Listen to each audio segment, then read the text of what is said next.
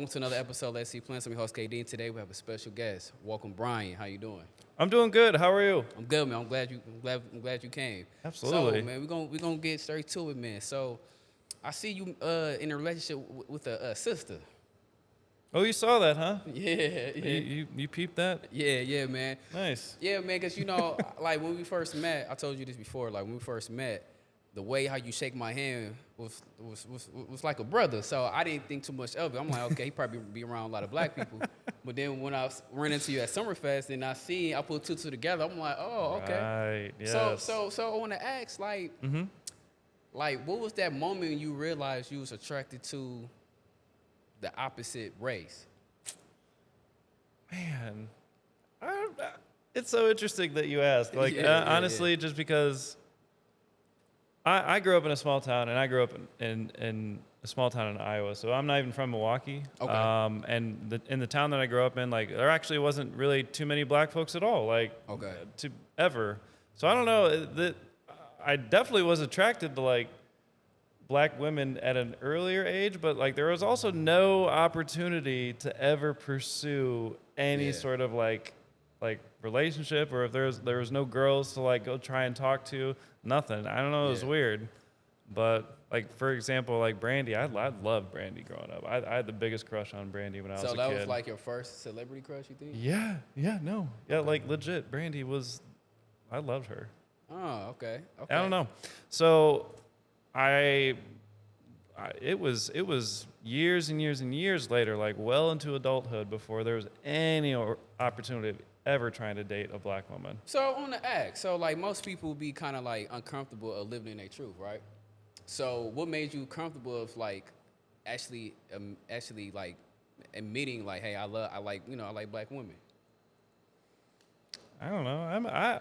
I don't really overthink it. Like I try to just I don't really change who I am. I'm just approaching it as I as I wish, and as I guess what speaks in my heart. Yeah. And I guess this relationship especially, like, it was just a blessing to even just, like, run into her and meet her. So I mean, anybody who knows me knows that, like, deep down that's been kind of a thing for a while. Like, especially like the guys that I grew up with, like, they knew that, like, there was, like, some sort of, like, I wouldn't even say like an attraction. It was almost like a draw. Okay. Like, it was just like sometimes I was just, like, kind of drawn to, like, almost like being around black people. Like, it was weird. Yeah. They would, like, make jokes, because I grew up just like all white folks. And these guys, they'd be like, oh yeah, you're like our black translator. I'm like, huh?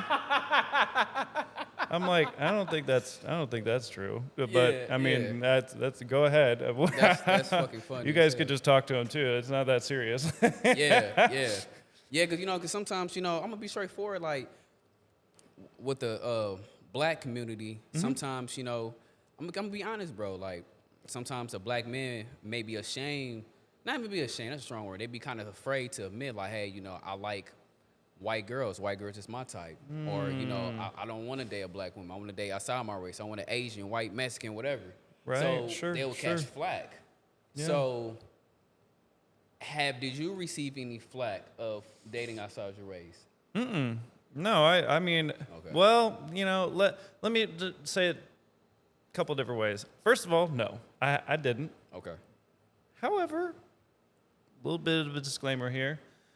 I think that especially folks who grew up in smaller towns, like, especially like white people who were from smaller towns, they didn't grow up in like cities or like urban environments or whatever, so they weren't around like a lot of like people of color, black or brown people.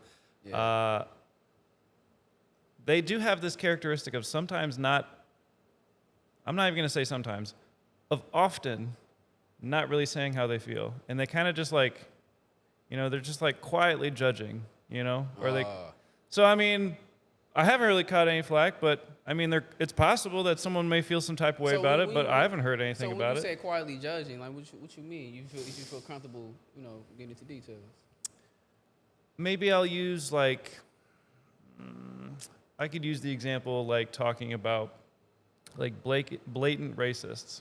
Like, blatant people who are going to, like, literally, like, use derogatory language in your face. You know, from some of the black people that I've talked to, they're like, oh, I would almost rather prefer that. That way I know for a fact, like, this person is clearly a racist. Great. Yeah, now I know. understand way. Yeah. Versus like a passive, quiet, like, oh, they're really nice. They're really friendly. But like,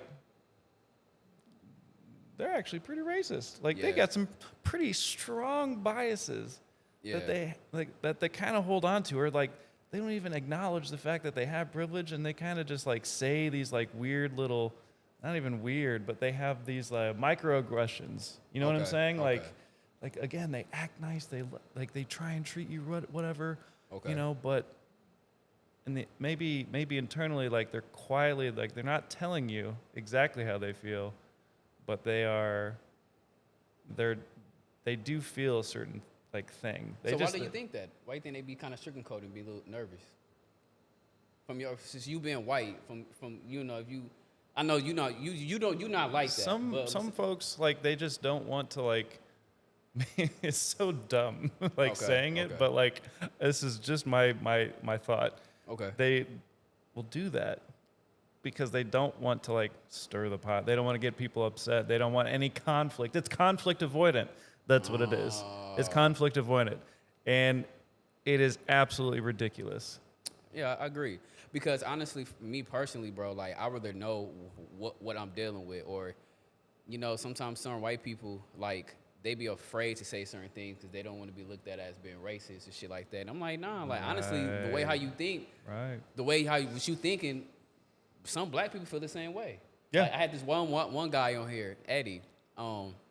He's a real big Trump supporter, and like he was giving his perspective on like and like was saying like, oh, like, I have conversations with blacks and they feel the same way as I do, but I'm a white guy if I say I'm racist, but it's just the time that we live in, so it's very unfortunate.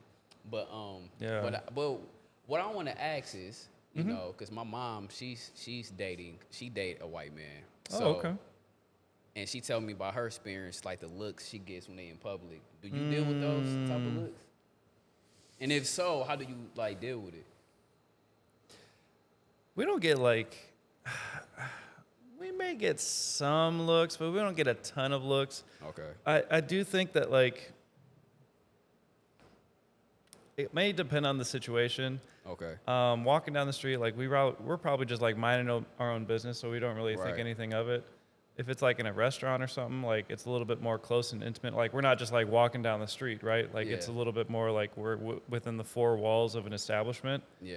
I mean, there's definitely like folks who are just like looking, and they're like looking right at me, and I'm like, what's your problem? But they're all white people who are looking. Also, so really the whites that does that. Wow. Okay, I'm surprised to hear that. It's weird. Because I ain't gonna lie, but bro. That's like the passive, quiet, you know, judging that I was kind of alluding to earlier. I think that's what they're doing. Okay. Because, you know, I had somebody on here, and I had a conversation with him, and he told me that his family wasn't too pleased about him dating a black woman. Because he was saying, like, they prefer him. Like, I think he was saying the elders, like, that grew up in the 60s and 50s, and they was saying, like, how, like, they prefer him to date in his own race. And I was surprised to hear that, because I thought it was only a black thing or Asian. I only hear like ages. I'm not trying to sound ignorant, but I only heard like black and Asians that was real strict on dating inside your race. But when I actually hear another person who says, like a white person who says, I'm like, damn, that's kind of strange for me to hear that. So, but yeah.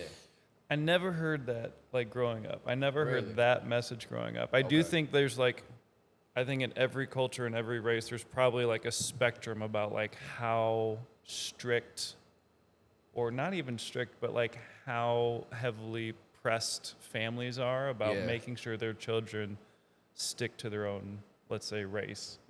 You know, or it could be like stick to their own like religion. Like, you know, if you're Christian, like, God forbid if you date a Muslim, like, please don't. Some folks don't mind that, and they don't care. They're just happy the fact that their child, you know, who's now an adult, found a partner that they truly love. Definitely. I haven't. I'm very fortunate, very blessed that both families have not. My family, her family, they have not at all been any sort of, nothing but just accepting with open arms. So that's good, man. That's good because a lot of people have a problem. Not problem. A lot of people go through struggles of dating outside their race because their family don't accept them and shit like that. So that's good. That's good to hear. And what I want to ask you is, damn, slim my train of thought. So okay, so what I want to ask, have you ever dated a white woman before? Have I ever dated a white woman? Yeah. Sure. Yeah, I've dated plenty of them. Okay, that's a stupid question. But like, what's the difference of like dating a white woman and dating a black woman? Ooh, Kadeem, you've opened a door, my man. You've opened a door. You're really, really trying to get something. Okay. Oh yeah, man. We'll use our time wisely. Yeah. So I'll start with black women first. Okay. Black women own whatever role that they want to assume. Okay. And they want you, as the man, to own that role heavily. So I'm just strictly talking, from a heterosexual standpoint, because obviously, I'm agreeing with it, and I see where you're going. Go ahead. Yeah. Go ahead. So, meaning like, if you're expecting the woman to do X, Y, and Z, great. Yeah. She's gonna do that all the time, to the best of her ability. Yeah. But you better be doing the exact same thing. You better be reciprocating on your end. Otherwise, you're going to find out as soon as you don't. And it's going to be like, oh, you're going to hear about it. Right. And I think you just need to be like, not just receptive to listening, but like you need to engage and you need to like take ownership and really own it. Yeah. Flip it over to white women for a moment. White women are a little bit more fluid. They don't want to be put into a box. What you mean by that? So my first point was like, if black women are ready to assume whatever role that fits within your relationship, they're like, yep, got it, love it, Yeah. run with it. You better do your part, I'll do mine, we're good. Right. White women, it's like, now why would you expect me to do all of this? Why don't you? I mean, we don't need to be defined by a specific role. This is not the olden times of what a woman should do and a man should do. I do think like black women are a little bit more like, no, there are actually some things that like a woman should do and a man should do. Right. From at least the black women and the black men that I've talked with, like that's really kind of what I gather. Oh, Obviously, again, there's a spectrum, and there may be like different folks who are like, nah, we don't do that. Like, it's a lot more blended. For example, like, I'll use like cooking in the kitchen. Mm-hmm. My girl will definitely throw down in the kitchen, but at the same time, Kadeem, I can do some stuff. Right. I like to cook. I'm about it. I like to put together meals. It doesn't have to be just like, all right, go do your thing, babe. No, it's not like that. Right. I'll actually throw down just as hard in the kitchen when it's time. It's more of like a, give or take in that sort of a sense. But that's just like one example. So like we're a little bit like maybe in the middle in terms of like that role, right? Yeah. There's some guys that I know, like one of my buddies, him and his girl, it's like, he's nowhere near the kitchen. He doesn't do jack when it comes to cooking the meals. Yeah, I've been hearing that. Love him. He's doing other stuff around the house, but like in the kitchen, nothing. Yeah. That's fine. It doesn't matter. I don't really care. The point is comparing the two different types of women. I think white women are a little bit more geared to not being put into a box and being defined by a role of like, nah, I already do enough. Like, you need to do this, this, and this, and this now. Yeah. Yeah, I don't know. Maybe that's one example, but Okay, no, that's a good example. That's a good example because most, from my experience and others' experience that I know, like one of my close friends, we will talk. He be like, "Yeah, I gotta give me a woman that's, a black." No, I'm sorry. We gotta give me. I can't fucking talk. We had conversations and he'll say shit like, I gotta give me a woman that's not American woman, who's not a black woman, who's a foreign woman, or if she is black, she gotta be from like maybe from Africa or something. So just because those type of women know how to be feminine, know how to play that role. You know what I'm saying? Oh yeah. So like, that's interesting. yeah, that's how some black women. So like some men be like, well, like the guy I had on here, he was like, I think white women are crazy and black women is not.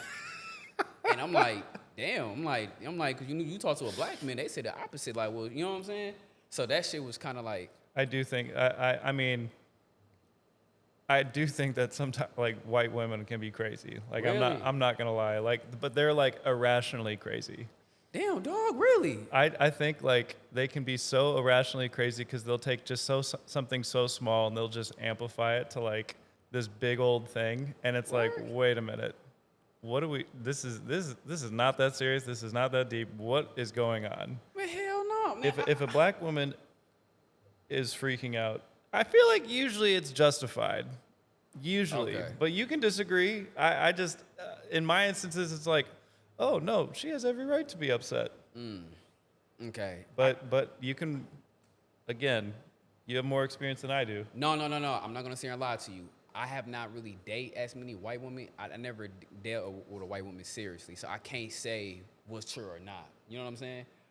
But just I experienced with a lot of black women, and I know how they act because one old man told me, like, yeah, don't date a black girl because she'll burn your clothes and shit like that if you do something wrong. Mm-hmm.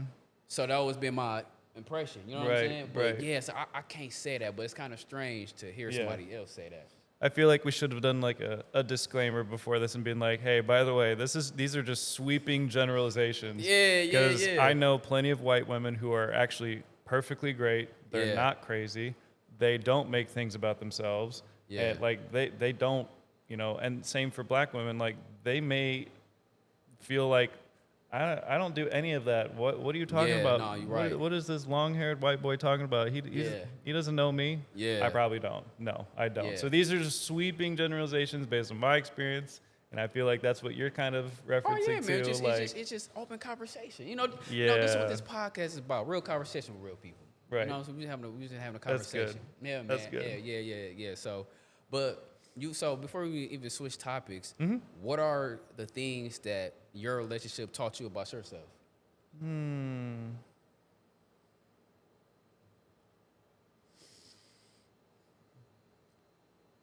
No matter how much experience I've had dating women in general or just, previous relationships, Right.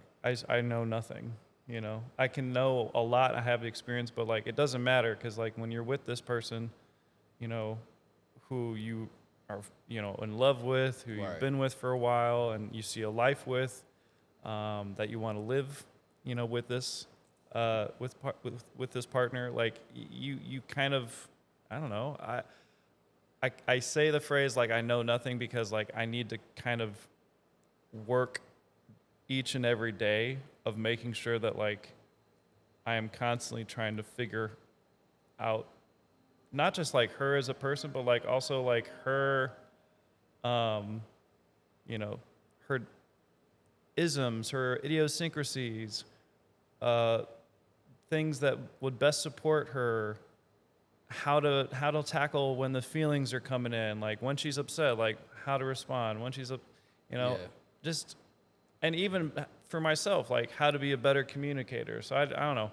I feel like this relationship has taught me to constantly stretch myself in every way. And I have to try and do that like each day focusing on one more thing. And usually it's communication oriented, but yeah, because like my girl, she's like, no, why didn't you say something? You need to say something like right away, or like we need to communicate. And communication, I mean, that's the heart and core of every relationship. I agree 100%. But I'm just gonna say, sweeping generalization, black women need you to communicate. Period. Nah, I feel you on that one. Like, yeah, because one thing I do learn about black women that I hate to say all black women, just black women in general, but what I deal with, we just having an open conversation. Like they're real big on like conversation and reinsurance. That's true. That's true. Yeah. So it's like the reassurance piece. That's a good one. Yeah, man. You don't give them that, then it's just like all hell break loose. Yeah. Yeah. From my experience, for sure. Shit. But and cause you grew up in a two parents household, right? I did. Yep. Okay, so, and I want to, I don't know if this question go hand in hand, but you been in a relationship. Mm-hmm. How are you able to take care of yourself, give yourself self-love? Because there's people who've been in relationships, man, they let themselves go, they don't work out. You know what I'm saying? Yeah, that's true. There are some folks who, for whatever reasons, for whatever things are going on in their life, like they're with somebody and, they kind of maybe just like stop trying. I don't know. That's kind of how I interpret it. Like when I see that, and that's usually not fair. Like there's probably some like significant life stuff happening with that person. That's like, okay, who am I to judge? Like I don't know what they're going through, but like they don't look too good. I don't know what's going on. So to answer your question, how do I give myself kind of like that, that attention, making sure I'm taking that time to not just give myself some love, but also just like making sure I'm taking care of myself, my body, making sure I'm eating right. While we are in a very happy relationship and while we support each other in everything that we do, we also live totally different lives. Like I am here to do my thing. And I'm also, she's there to do her thing all the time. Like we're not doing things together like some couples do. Like they're not doing that. Like I think, if I'm like wanting to go for a run, I'll be like, hey, do you want to join me? She's like, nah, that's your thing. Like you go ahead. She's into other things in terms of like, fitness and keeping her, maintaining her well-being and, maintaining her health. But she's like, she'll literally say like, no, I'm not gonna go run. Like that's your thing. Those are your people. Like go ahead. Like I'm not gonna intrude. And that right there actually does mean a lot. Like that's a big thing that I think if couples don't do that, if the couples don't respect the fact that like their partner is into something and it's like, no, you don't need to intrude on this. Like that's a part of their identity. I agree to that. I agree. And if I think if you maintain that, like you are the person that they fell in love with. That identity remains intact. You cooking.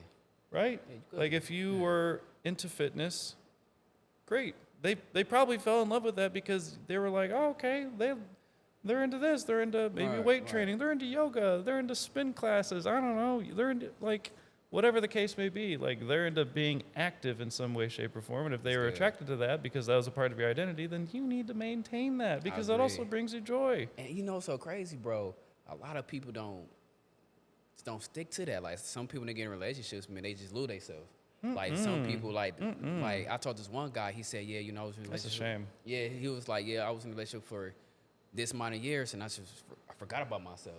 I'm not gonna lie, I was one of them. I forgot, I wasn't doing things I enjoyed doing. So, if I do decide to get back to this person I was dealing with in the past, it didn't happen recently, but just in general, I had to learn to keep doing things I enjoy doing. And you hit it on a note when you said, like, this is part of my identity. It is. This is part of me, you know? And this is how I find my own happiness. And I believe that when you're in a relationship, you and your partner gotta have their own things.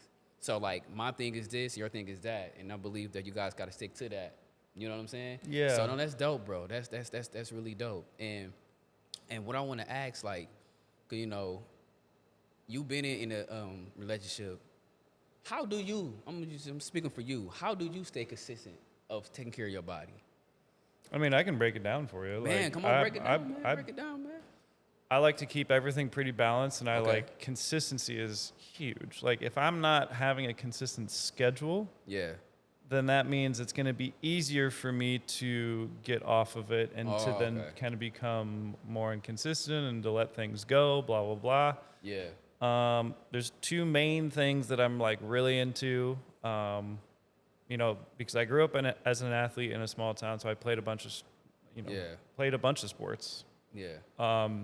Today, I'm really into running, so I'll run 2 to 3 times a week, usually Tuesdays, Thursdays, and Saturdays. Okay. Sometimes I'm running by myself. Sometimes I'm running with the run club. It's great. Love that. Anywhere from the lowest I would do is like 2 miles, but like it can go up to on a regular day when I'm like perfectly healthy, it could be up to like 9-10 miles. It's great, Usually, if I'm running that long, though, I'm usually like training for something. That's a long fucking time. And then Monday, Wednesday, Friday, I'm doing like full body strength workouts. I just feel like I need to put attention to that. I like staying, fit in that regard too. Like I want to continue like maintaining and even growing in all parts of my body for muscle. I don't want to just do upper body. Like if I'm a runner, like no, I need to take care of my legs too. Whether I don't do anything crazy like in terms of the specific workouts, but I'm squats, bench press. Usually trying to take care of my back with maybe some pull downs or pull ups. And I need to be like you. I'm trying to do some different stuff with like biceps and triceps. Taking care of the delts and the shoulders. Like I try and do, like I said, I want it to be a full body workout. So I'm trying to tap into like each major area. So let me ask you this: when you're doing all these workouts, right? How do you feel mentally afterwards? I'm pretty sure you'd be tired, but how you feel? When I am done in the weight room, like when I'm done hitting like strength training types of workouts, like I feel very accomplished and I'm like very, energized because I'm just like, okay, now I feel like not only do I feel good and energized that I just got something done. I'll track it on that Apple Watch and be like, oh dang, like, that many calories. This is my heart rate. This is good. This is good. I'm excited about this. When I'm done running, it's more of like a rejuvenation. It's like my mind especially just feels a lot more like clear after running. And there's a couple reasons for that.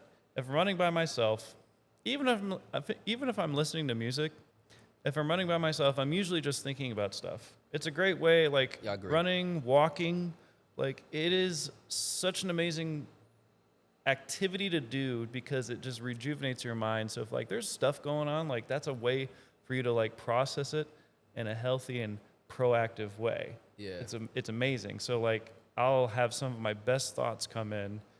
I can think really deeply about stuff, whether it's like work related, relationships related. Maybe there's stuff going on with friends that I'm like really bent out of shape about, and then I'm like, what? Let me stop this run. I'm gonna call this dude right now because I'm not happy with it. Maybe we had a conversation or something. I don't know. I'm just making something up. No, I get it. So yeah, running and that's one area of how it makes me feel rejuvenated is because I'm able to like process and think about things, especially when I'm running by myself. If I'm running with other people, usually I'm, running with friends through like a run club community and such. I feel rejuvenated because I've now have like my cup filled with like the social component. Oh, okay. Right? I'm now enjoying this activity on a greater scale, and I feel rejuvenated in the sense that like I have now gotten a little bit of my like, social vitamins for the day. Yeah.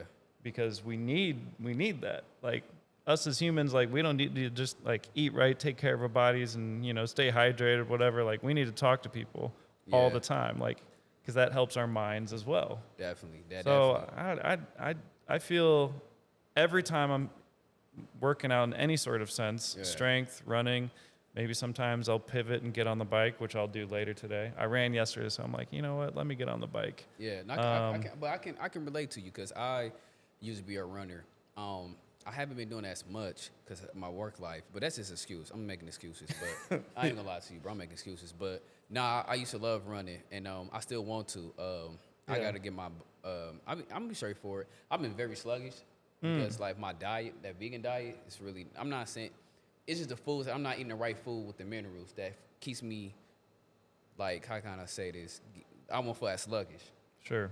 So I found the solution. I gotta be consistent to what I found for me to get back that energy for me to want to run a lot. But yes, I definitely relate to you about running. How I feel rejuvenated, even when I'm going through anything, I can feel refreshed. Yes. Yeah, definitely. And new ideas come up to my head, and it makes you think. It makes you like for me when I jog, it makes you reflect on a lot of things, and you're not even realizing. Seriously though. Yeah. It really does. Like, and it could be.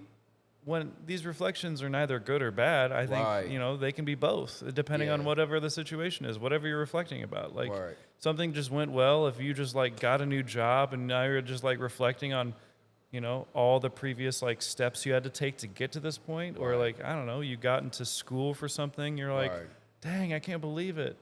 You know, if you had this massive achievement in a sport and you're like, this is incredible. But like on the flip side, if it's a reflection of like, I totally made a mistake. Yeah. I totally messed up on this person. I hurt their feelings. I did them wrong. I need to like really think about like, this is a good time for me to like, you know, not just like get in the process of taking ownership and trying to make amends for all of it, but also like how am I going to ensure that this doesn't happen again? Right. You know, that reflection is huge. Definitely, man. Yeah, definitely. It's a great activity to do. Yeah, it's so good for your heart health. It's good for your mind. I love it. But you a beast though. 10 miles a day? Shit. Well, I wouldn't do that a day. I mean, I'm saying like you did, what's the longest run you ever did? A half marathon. How many miles was that? 13.1. Shit. There are some folks who are running so much longer than me. Like, it is crazy. First of all, I've never done a full marathon, and that speaks that there's a significant difference. I mean, running 13.1 miles was an achievement. And I was like, dang. And I'm looking forward to doing it again at some point. But there's folks who are running 26.2 miles, and I'm like, that's crazy. And they'll do that maybe multiple times a year. Yeah. It's unreal. No, definitely, man. I met this one older guy named Anthony. He's like in his 60s, and he told me how he was running since the 70s, I think. I hope I'm not saying that wrong. But yeah, damn, that's too long. Because for me, when I run, I need music to keep me going, to psych myself out. Right. I'll be in this whole other world. Mm-hmm. But then if the music, then my headphones died, I'm like, shit. Damn. That happened. Yeah, I'm like, shit, I'm done. I'm walking. Cause shit, I need my music to keep me going. Cause I always want to get into the marathon, but it's just like, I don't know. It's just I need my music. I need like backup headphones. Something like that. Yeah, man. Cause one headphone. I know that they got like these shorts now with all the pockets and everything. You know, I wonder if it would just be like if you could take like the case, like if they're like wireless earphones, like maybe take the case, you wear one of them in, and then when it's out, then you switch it out to the other one that's fully charged. I don't know. Yeah, and I want to ask you this, man. Like, what's your message to anyone who's struggling to find balance of working out and being in a relationship? I think something is better than nothing, first of all. Right. I think like if you come home, you're completely dog tired from work. Yeah. And you're like, I got nothing. And I know I'm supposed to maybe put a meal together, you know, for you and your partner or whatever. And that's a lot to even like, I'm already tired. I got to think about what we're eating, because if we don't make something tonight, maybe we got nothing to eat for tomorrow. Like, I get that. I just think that even a little bit of an activity is better than just like just foregoing it and saying, I'm not going to do this today. I'm just going to skip. Yeah. Like there's some days where like, yeah, you probably are going to miss a day. You know, maybe you're just stacked with things. It's not just like fatigued. Like, it's like, no, there's no time. I can't do it. That's fine. That happens to all of us. But I'll use maybe two different examples with that. Like if I'm supposed to run today, you know, according to my schedule that I like to maintain. Let's say it's a Thursday, I'm trying to run, but I'm like, I am fried. Yeah. I'm so tired. I don't want to run 4 miles or 3 miles or whatever I'm supposed to do. I don't want to do that. But what I'll try and convince myself mentally is like, okay, I could just go and I'll just like run a mile. That's nothing. That's literally like, you know, even if you're just like, you know, at a slow little trot, that's a little over 10 minutes. It's like maybe even 12 minutes for folks. It's like, okay, that's not much. That's not a lot of time in the day. You got 12 minutes, right? Folks are scrolling for way more than 12 minutes, right? Think about that. Yeah. So if I just convince myself to at least buy into like a mile, that's a baby step. And if I'm feeling good after a mile, I'm like, maybe I'll go for 2. Right. I've already got one done. I'm halfway. Yeah. And then after 2, if you're still feeling good, okay, I'm going to stretch it. I'm going to go for 3. Yeah, I agree. And then that's it. That's basically a 5K. Like you did it. You've met whatever you tried to do, and you weren't feeling up to it. Yeah. I think we are really good at giving ourselves excuses not to do something. Yeah, I'm one of them. I ain't gonna lie, bro. I am too. Yeah, bro, I gotta get better at I'm that. terrible. Yeah. But I still applaud you for even still doing it. You know what I'm saying? It's not easy. Yeah. No, it's not. Yeah, it's not easy at all. Definitely not easy at all. And damn, what's another question I want to ask? But yeah, no, that's what's up. No, that's what's up. And so to switch gears, what are some things you see that these kids are lacking in?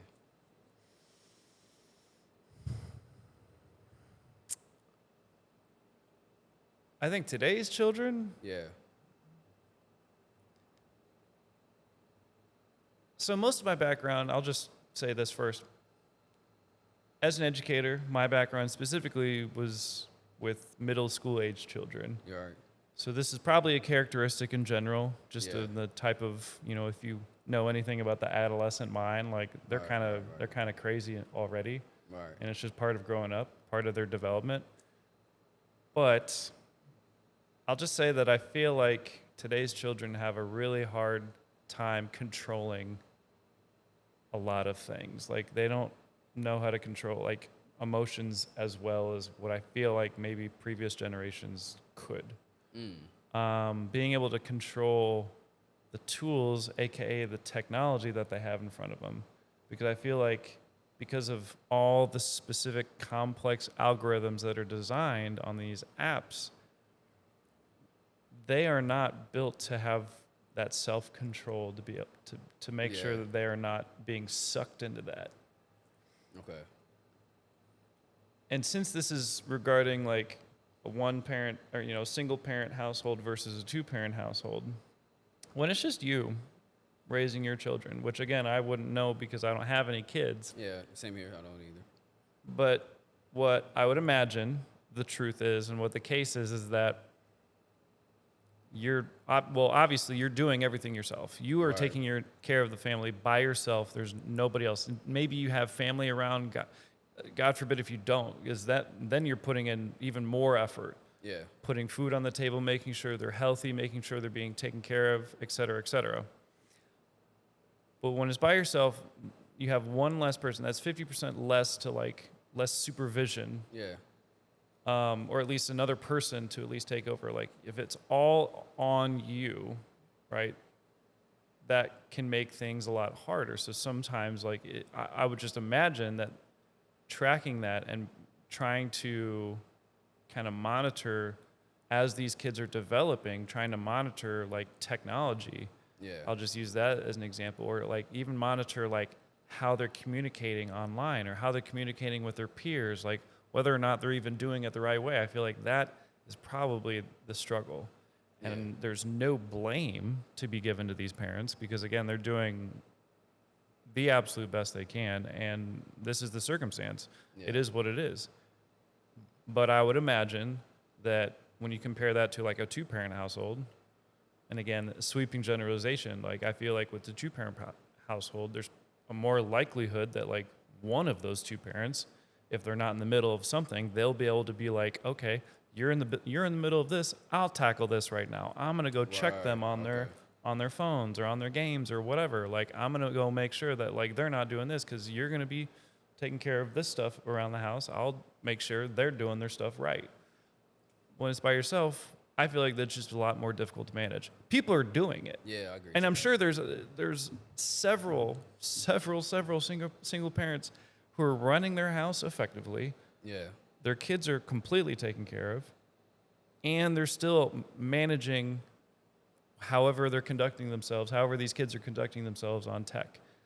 But that's probably incredibly hard. No, I agree, but I kind of, my opinion, I kind of do blame it on the parents to a degree. Because I'm gonna tell you why I said I was at Summerfest, and I'm pretty sure you heard about the fights and shit was going on.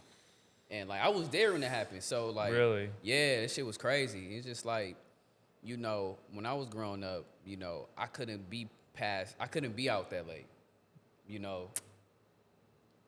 That's a good point. Yeah. That's true. Yeah. What are these kids doing out this late? Yeah, like, only way I could be out late if my mom know who my friend is and she talked to their parents, then she'd be comfortable. But I couldn't just you know, depending on, I couldn't just be out all night like that. And I'm hearing that kids was on Water Street. Like, these kids, what they doing on Water Street? You know what I'm saying? And some of these You parents. make a great point. Yeah, You're making a good point. I yeah, like this. so some of these parents might not know what's going on to their defense. They might not know because, you know, some kids, we was kids. We all done things behind our parents' back. Oh, yeah. But it's like some parents, they treat their children like they're friends. Friends, yep. Yeah, so it's just like. They're not your friend, parents. Yeah, so they're not your friends. That's why I believe, like, you know, in a way, it's kind of like, you know, some of these parents' faults because, you know, kids, they do things what they see, unfortunately, and so yeah, man, and you being a teacher, bro, that's why I kind of be like, I'm curious to know, like, do you deal with a lot of disrespect as a teacher?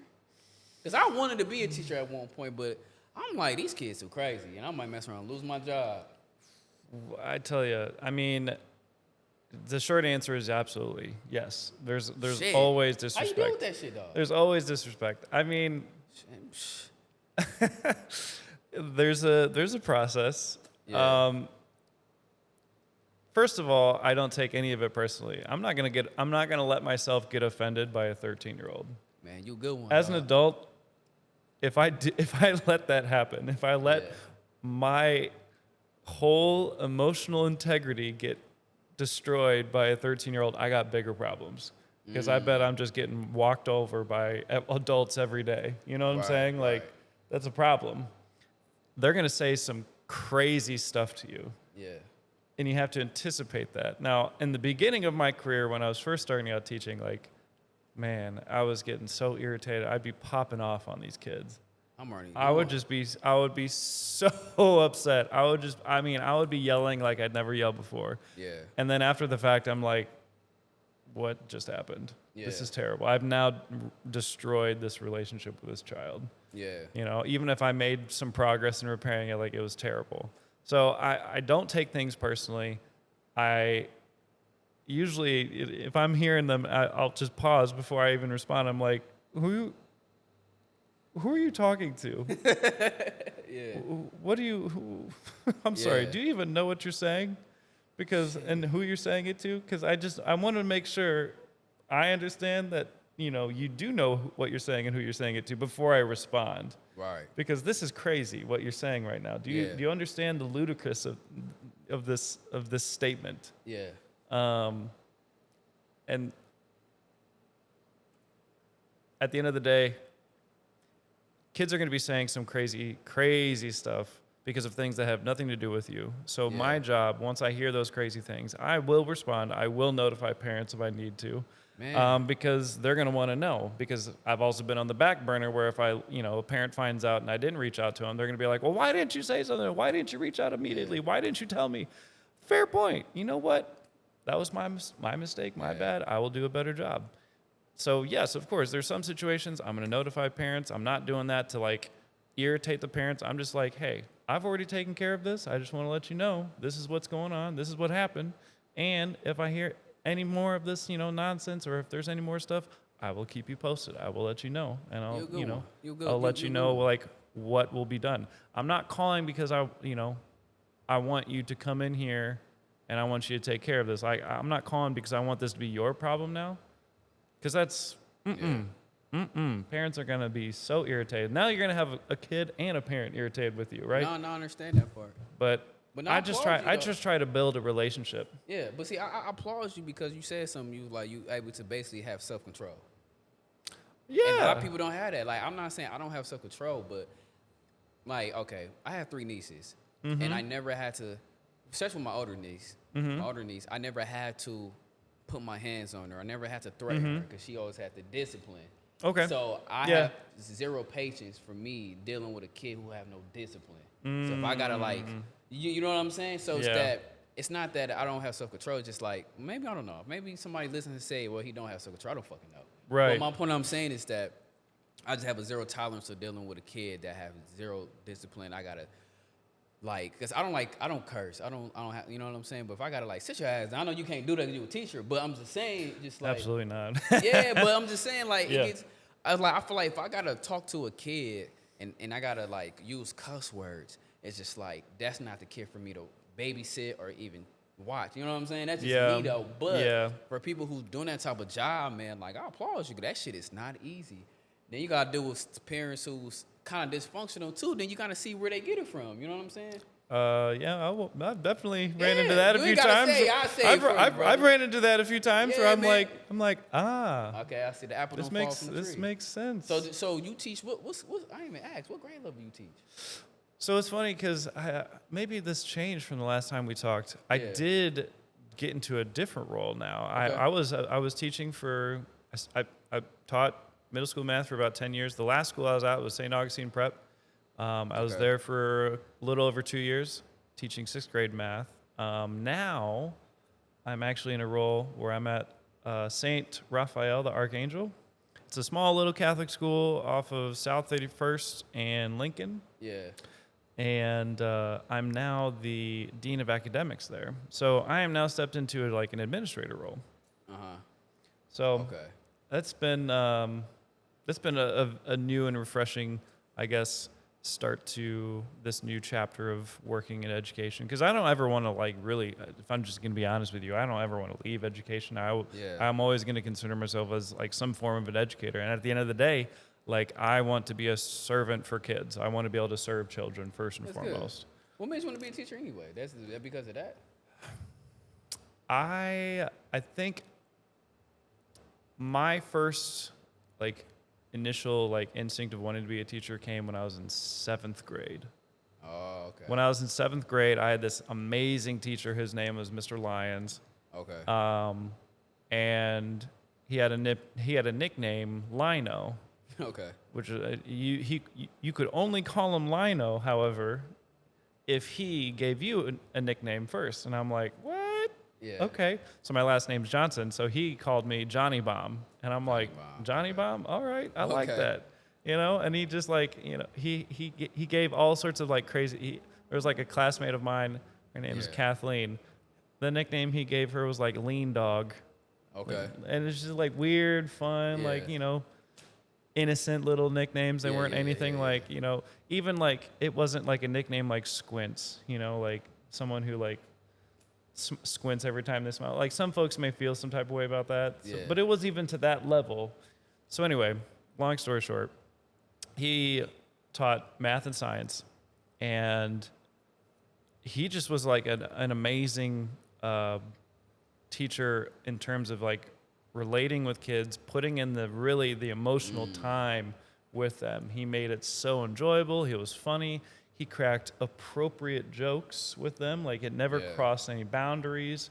They never were, you know, crass or even like not crass, like even like to the point of like like they weren't sarcastic. It was just very like professional. It was appropriate, but like he made kids feel accepted. So it sounds like he made an impact on you. He made a huge impact. And honestly, like there was another teacher I had like in 6th grade. He was also another male teacher, and he also had like a very strong impact. So I think it was kind of a combination of like really between my 6th and 7th grade years, I just had 2 male teachers, both in my homeroom, right? They were like my homeroom teachers, so I saw them the most. And they just were very effective, not just at like instructing, like the actual teaching of what a teacher does, but really they always went beyond the instruction, and they went into like, you know, building a relationship with you as the person, like you as their student. Okay. And I was very just moved by that because I felt there was like a positive impact on like how I was motivated to perform in their class. If I knew that this teacher was really looking out for me, if they put in the work to like really get to know who I am, they know my parents and like they see it like whatever, like they know what I'm about, I'm more likely to show up for their class each and every day. I agree. So, yeah, I agree to that because I can relate. Like, yeah, it's gonna be funny to say, but I grew up being in special ed, and like my special ed teacher made an impact on me because like she showed that she cared, you know. Absolutely. And like it's only I can count on one hand of teachers that I met throughout my life that actually care about me, not just as their student, but as a person, want to see me succeed. As a like, cause you know they figure one day you're gonna be an adult, so this is morals and knowledge that you're supposed to supposed to know, and you might not understand. As a me being a kid now, I didn't understand, but as I got older, okay, I see why she cared. Her name is Miss Wise, but yeah, she definitely made an impact. Shout out to Miss Wise. Yeah, shout out to Miss Wise. Shout out to Miss Wise. And a lot of I like that. Yeah, a lot of teachers, a lot of kids. And one thing I learned too, that's why I be so nice to kids, that they never forget who was nice to them. And that, like, with you being a teacher, you being where you are, because your energy, you have a cool energy. I'm pretty sure, like the energy that me being around you, I'm pretty sure there's a lot of people who enjoy being around you. Maybe I'm wrong. I don't know, but that's the energy. That's the impression I have. No, yes. Yeah. So no, kids now it never used to be like that. You know, they would maybe because again, like 10 years in the classroom, like will do something to you, like it will do something to you. I mean that in a positive way, by the way. No. Like it will. Spending that much time in the classroom really, really builds you. And if like you can survive, that means that you figured out how to do it effectively and you got, good at it. And it's not just like good at teaching. It was just like, no, you were good at like building relationships with kids. Yeah. I will say maybe there's some teachers who don't prioritize that as much. Yeah, they don't. Because you can meet teachers. Bro, I had teachers. I'm gonna fucking say, I don't care. I had a 3rd grade teacher, because we friends on Facebook. I don't care. Okay. All right. But like, you can tell, like, they just do it for the check, or they don't know how to deal with a black student. You know what I'm saying? They don't know how to connect with a black student. You know what I mean? And even a teacher who is black, like, I don't want to make this a racial thing, but there's, teachers in general who should do it for a check, they don't know how to connect with students. You know what I'm saying? So I want to ask you this, like, and I'm not making a race. I'm just having an open conversation. Just want to see where me ask you this question for somebody who's listening, so they can know. You know what I'm saying? Yeah. So you being white, obviously white. So how do you connect with a black student?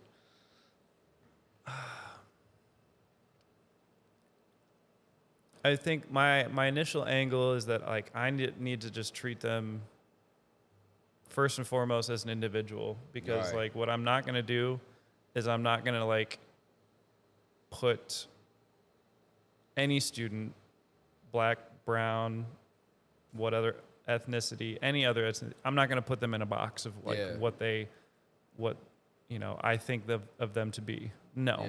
That is the most unfair thing that any educator can do to a child, is they enter into your class and you initially have some sort of bias or assumption about them, because that's essentially that is what that is.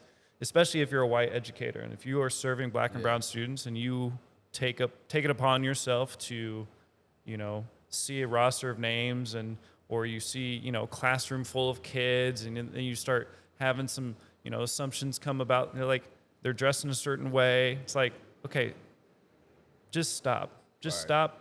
Maybe stop doing the profession as a whole if that's where your mind's at. Right. So if I'm, as a white educator, and if I'm teaching, black and brown students, how am I going to connect with, my black students? It starts at just the baseline is just like really trying to figure out like, what do you like? Like what are, like kids are into music, they're into games, they're into sports. Some are into sports. They're into activities that they're into, like, and sometimes it's gaming, sometimes it's manga, sometimes it's anime, sometimes it's just sports.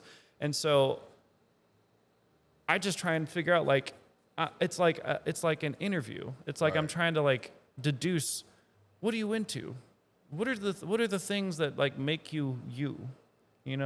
Because if I understand that, that's great. Now I can kind of like at least comprise some things to like bring to the table and say like, hey, so and so, like, did you catch this movie this last weekend? Because I know you're kind of let's talk about it.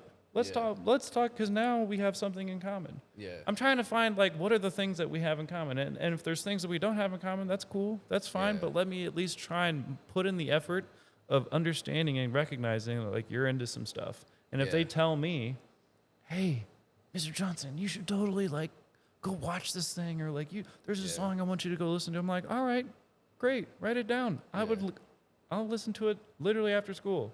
Or I'll go watch it like this weekend. Write it down for me.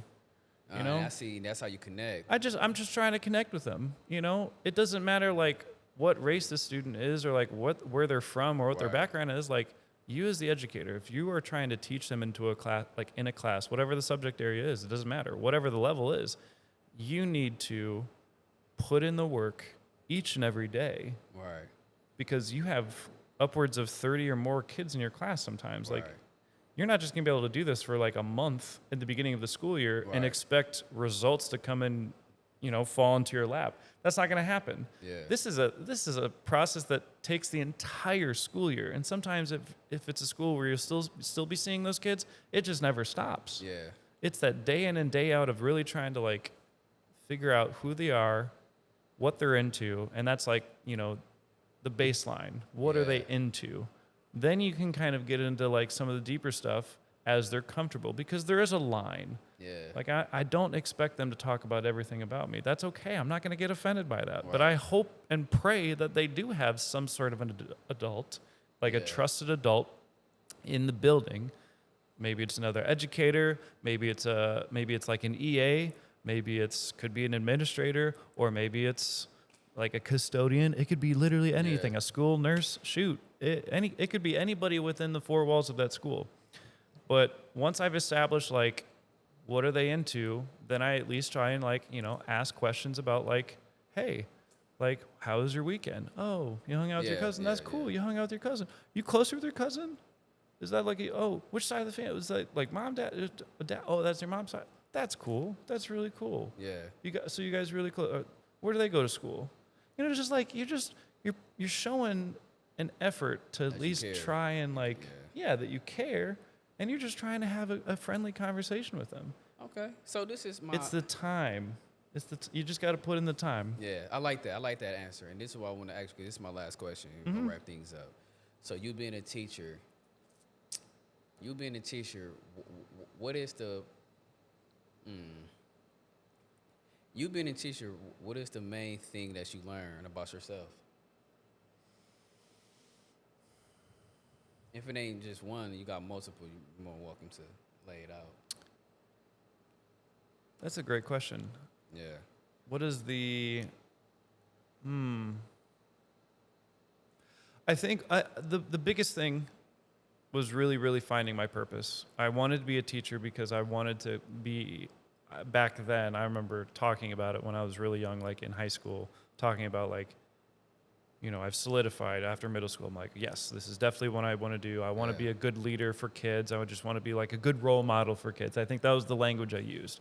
That blossomed over a teaching career. That kind of evolved into like, no, my purpose is to serve kids who can't, or to advocate for kids who can't advocate at all for themselves.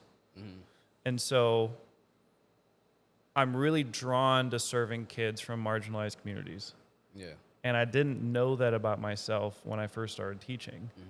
I kind of started off that way somewhat, but I mostly started off like my very first year of teaching, like I just started off teaching in a very diverse background of schools. I'm not even exaggerating. This is not me being like pompous or using a hyperbole. Like I had children from 13 different countries and 13 different like ethnicities in my classroom. Yeah. All at once. Okay. So I mean, I had it was just a unique situation of having such a diverse classroom of all races all at the same time. Yeah. And as somebody who grew up in a small town, as I mentioned earlier, like I was like, this is amazing.